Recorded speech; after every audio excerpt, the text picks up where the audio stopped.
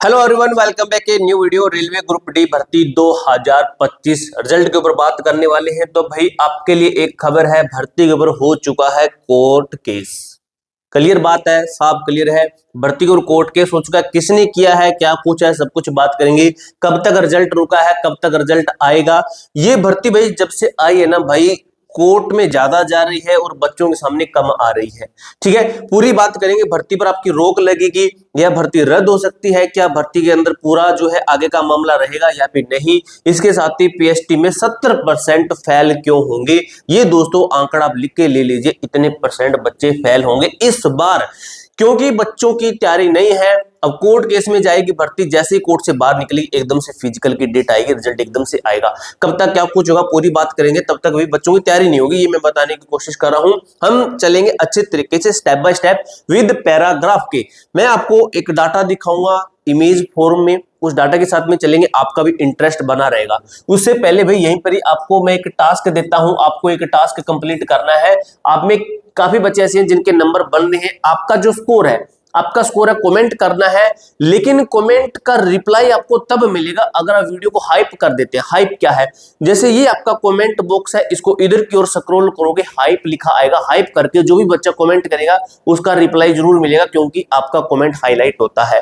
ठीक है, तो इस तरीके से आप अपना कमेंट करके अपना जो है रिप्लाई पा सकते हैं।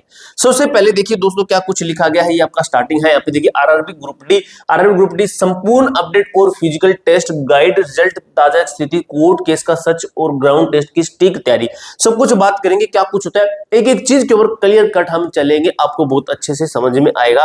और जो आपको मैंने बताया है, आपका कमेंट है, अपना स्कोर लिखना, अपना जोन लिखना, आपने किस जोन से अप्लाई किया, अपनी कैटेगरी लिखना और अपना स्कोर लिखना, ताकि हम आपका रिप्लाई दे सके। उससे पहले भी आपको मैंने बता दिया, हाइप कर देना। अगर हाइप करके कोई बच्चा कमेंट करेगा तो आपका कमेंट हाईलाइट होगा। हाइप कैसे करते हैं, जैसे ये आपका कमेंट बॉक्स है, इसको इधर की ओर स्क्रॉल करोगे तो आपका हाइप लिखा आएगा। हाइप कर दोगे तो आपका कमेंट का रिप्लाई मिल जाएगा, जो भी आपका स्कोर है उसका रिप्लाई मिल जाएगा कि आपके चांस बनते हैं या फिर नहीं। देखिए अपडेट, तेलंगाना हाई कोर्ट में चल रहे केस की असल स्थिति क्या है। तेलंगाना हाई कोर्ट के अंदर कोर्ट केस हो चुका है इस भर्ती के ऊपर, ये 100% रियल चीज है। ये है आपका नोटिस, जिसके अंदर क्या है, प्रोसेसिंग सीट लिखा गया है। ये आपका कोर्ट केस का नोटिस है, जिसके अंदर लिखा गया लिस्ट 15/4/2024 क्या लिखा, until then there shall be and there direction to the third respondent not to be declare the computer based test result parting serial number. ये है, ये कह रहे हैं कि इस तारीख तक आप है इसका जो कंप्यूटर बेस्ड यानी कि सीबीटी का जो रिजल्ट है ये डिक्लेयर लिखा ना, ये रहा, डिक्लेयर नहीं कर सकते। ये कोर्ट के अंदर लिख दिया क्लियर कट, यानी कि कोर्ट का आदेश यहाँ पे लिखा भी गया 15 अप्रैल तक रिजल्ट घोषित करने पर अंतरिम रोक है। केस नंबर आपका ये है, ये आपका केस नंबर है, देख लेना। इस केस नंबर को लगाकर 100% रियल बात है। ये केस नंबर मैंने आपको दिखा दिया, आप देख लेना। ठीक है, उसके बाद भ्रम से बचे, भर्ती रद्द नहीं हुई है, भर्ती रद्द नहीं हुई है, यह केवल एक अस्थायी रोक है। ठीक है, अंतरिम स्टे है, ये स्टे लगा है, भर्ती को स्टे लग गया है। ठीक है, अब दोस्तों देखिए, जो सीसीए वाले कैंडिडेट है, उम्मीदवारों की आपत्तियां और मेरिट के नियम, इन बच्चों ने कोर्ट केस किया है। इन बच्चों ने कोर्ट केस किया है। इसके अंदर देखिए, मेरिट केवल सीबीटी कंप्यूटर आधारित टेस्ट के अंकों पर बने, ये बच्चों का कहना है। उस बच्चों का कहना है कि मेरिट में सीबीटी प्रैक्टिकल जो प्रैक्टिस दोनों के अंक जुड़े। जो हमारे सीबीटी एग्जाम है और जो हमारी प्रैक्टिकल हुई थी उसके नंबर इस एग्जाम के अंदर जुड़ने चाहिए, ये बच्चों का कहना है। यानी कि जोड़ने से मेरिट में असमानता है। आपत्तियों के मुख्य बिंदु क्या है, असमान अवसर, इक्वल अपॉर्चुनिटी नहीं है, नियमों में स्पष्टता की कमी है, ये बच्चों के आरोप है। ठीक है, ये बच्चों के आरोप है। ठीक है, लेकिन आपके लिए पॉजिटिव पॉइंट क्या है, अब ये भर्ती के ऊपर रिजल्ट कब तक आएगा बिल्कुल लास्ट में बात करेंगे। उससे पहले देखिए, आपके लिए पॉजिटिव पॉइंट है, कोर्ट फैसले का समय आपके लिए एक बोनस है। ठीक है, आप इसकी तैयारी लगा सकते हो, इस टाइम पीरियड को आप अपना है फिजिकल को तैयार करने में लगा सकते हो।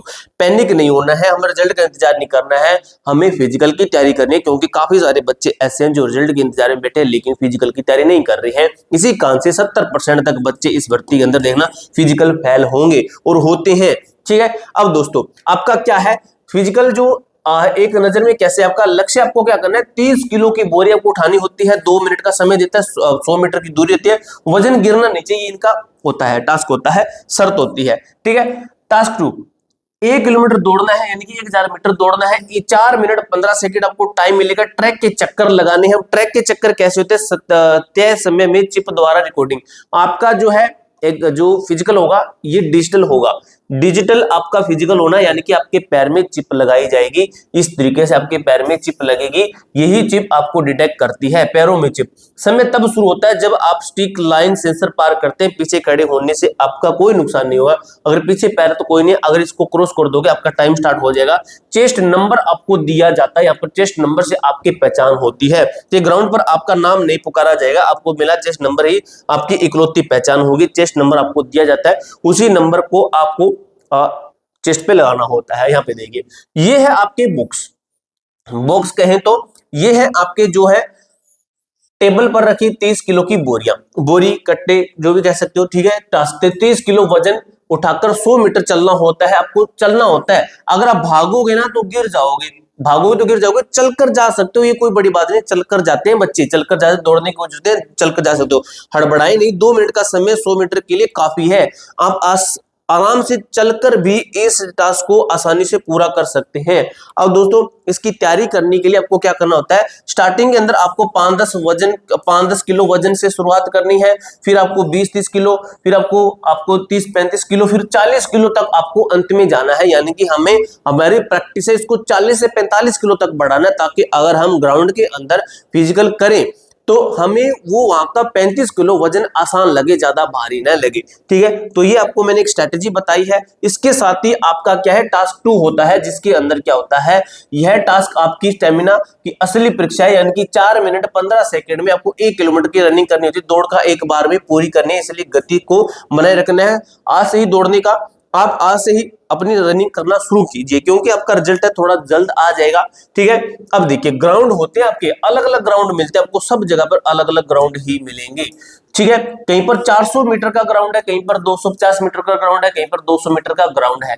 जहां पर 400 मीटर का उसके 2.5 चक्कर लगाने हैं, 250 मीटर का उसके 4 चक्कर है, 200 मीटर का उसके 5 चक्कर लगाने हैं। लेकिन ये चक्कर आपको खुद को काउंट करने हैं। काफी बार बच्चे ऐसे होते हैं, जैसे 5 चक्कर है तो कोई बच्चा 4 चक्कर लगाकर बैठ जाता है और उसको पता नहीं चलता है कि मेरे नंबर जो है कितने थे, ये उसका टाइम निकल जाता है, वो फेल हो जाता है। और ये बात सभी बच्चों के साथ में होती है, मैक्सिमम बच्चों के साथ में ये बात होती है, ठीक है। अब दोस्तों हम बात कर रहे हैं कि निष्कर्ष, कोर्ट पर नजर रखें और ग्राउंड पर पसीना बहाएं। कोर्ट पर हमें नजर रखनी है। अब इस नजर को कैसे लग सकते हैं? आप हमारे चैनल के साथ जुड़कर चैनल को सब्सक्राइब करके रखिए, अभी से सब्सक्राइब कर लीजिए, ताकि जो भी जनरल अपडेट आए सबसे पहले आपको हमारे चैनल के माध्यम से मिले। कोई रिजल्ट की डेट है, कोई फिजिकल की डेट है, फिजिकल एडमिट कार्ड है, कैसे तैयारी करनी है, कट ऑफ है आपकी, सब कुछ आपको मैं बता रहा हूं कंटिन्यू।